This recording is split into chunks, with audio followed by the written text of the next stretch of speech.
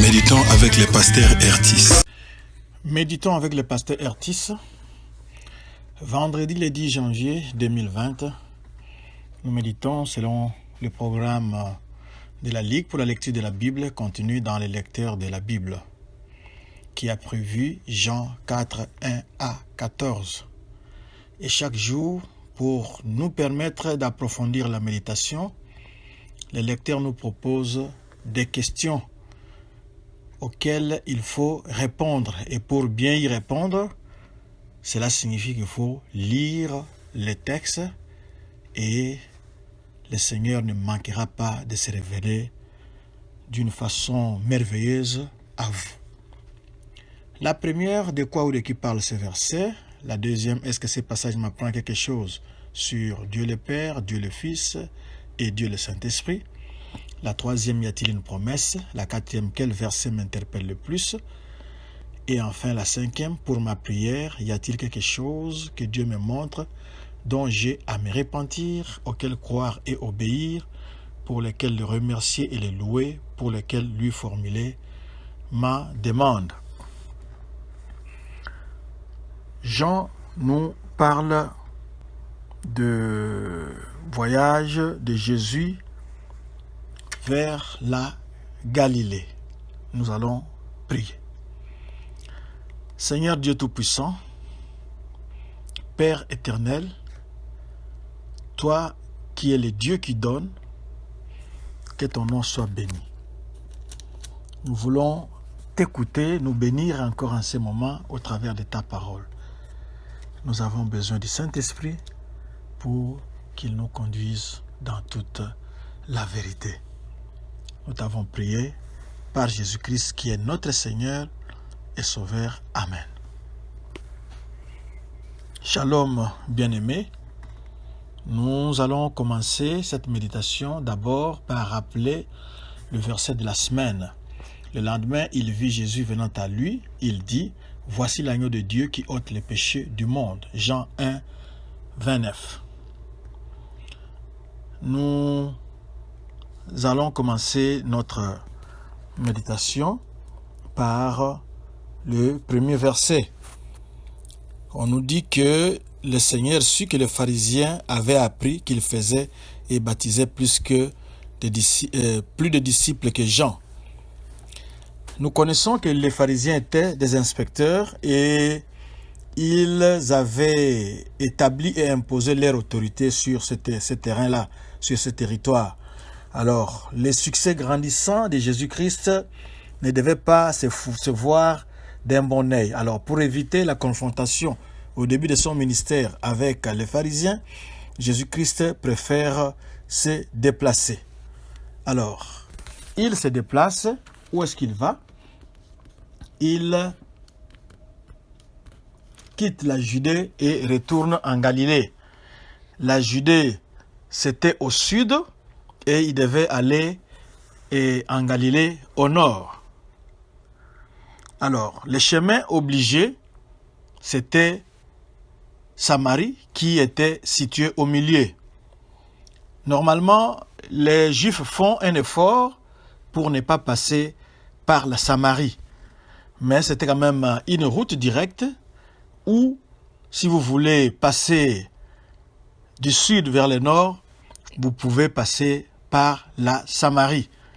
Mais signalons que les Samaritains et les Juifs ne s'entendaient pas, n'étaient pas en bon terme parce que les autres Juifs considéraient les Samaritains comme étant impurs.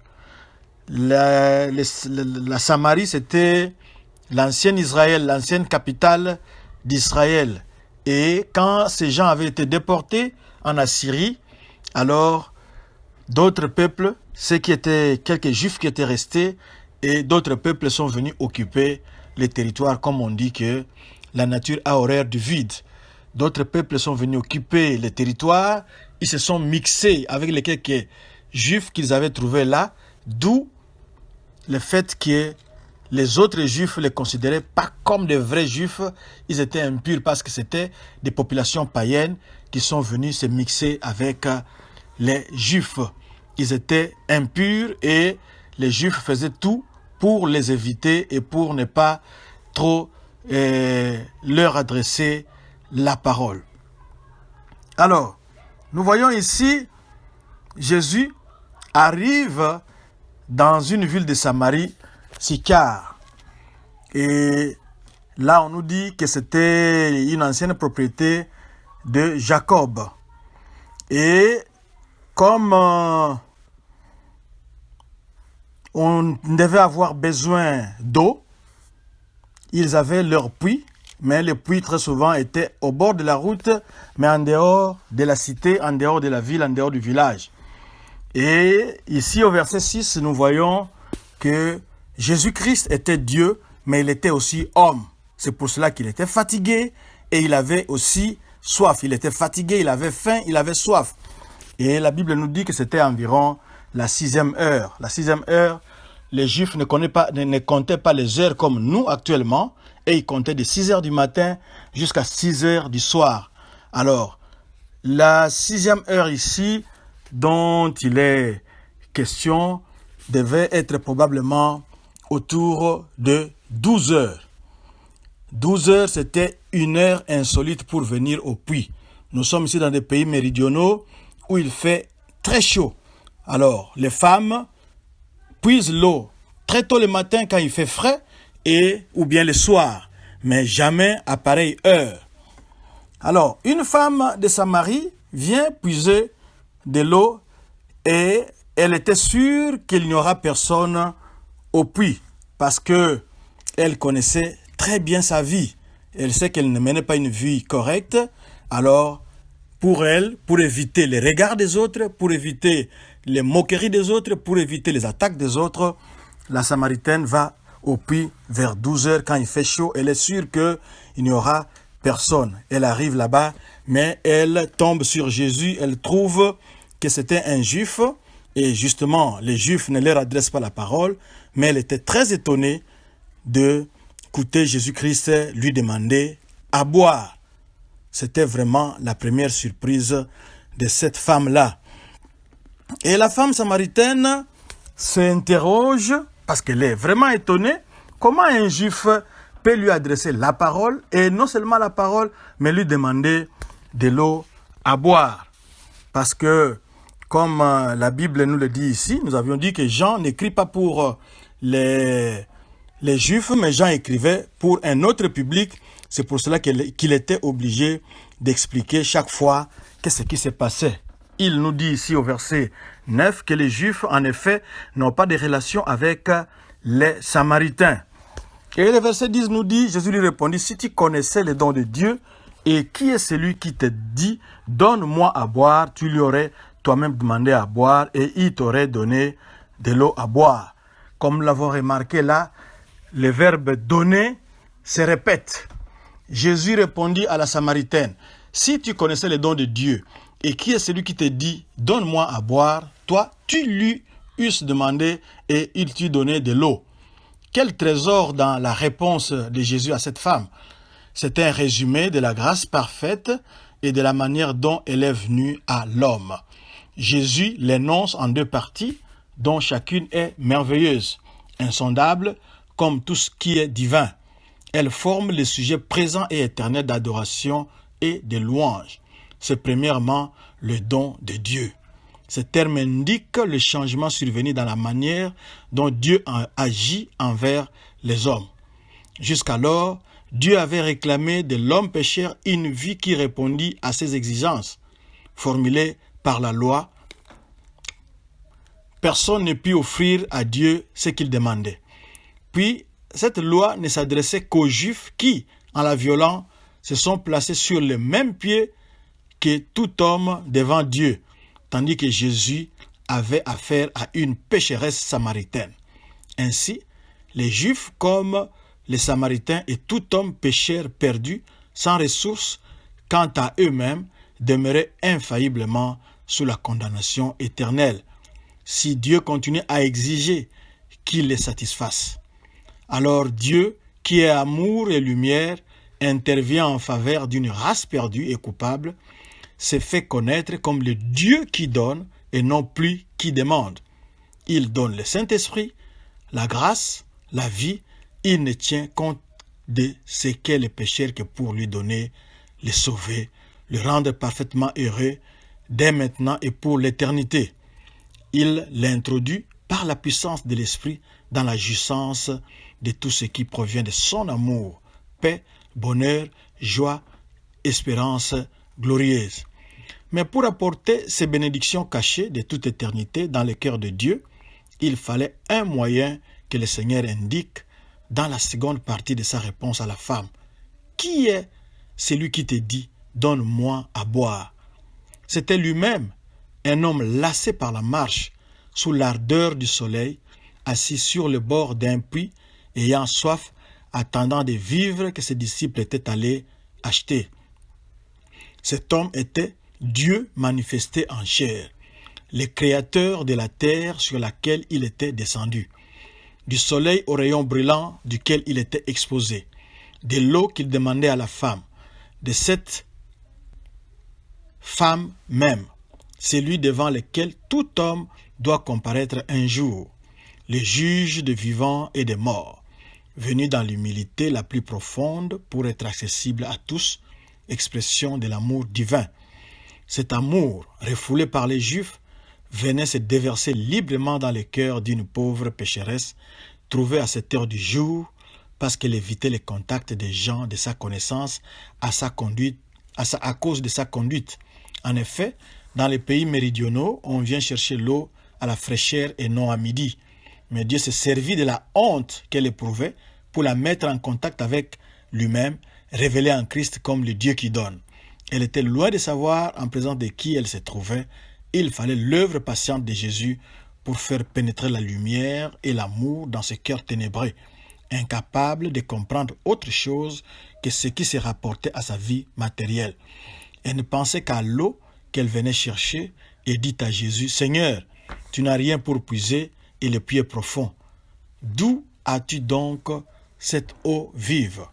Elle se rend déjà compte que pour faire une offre semblable, il faut être un personnage distingué. Aussi, elle ajoute, « Es-tu plus grand que notre père Jacob qui nous a donné le puits et lui-même en a bu et ses fils et son bétail ?» Elle ignore qui lui parle et de quoi il lui parle. Alors Jésus continue la conversation pour attirer à lui ce cœur auquel il apportait le vrai bonheur, en lui faisant comprendre qu'il ne lui offrait pas une eau semblable à celle du puits. Celle-ci représente les choses dont l'homme a soif, mais qui ne désaltèrent pas.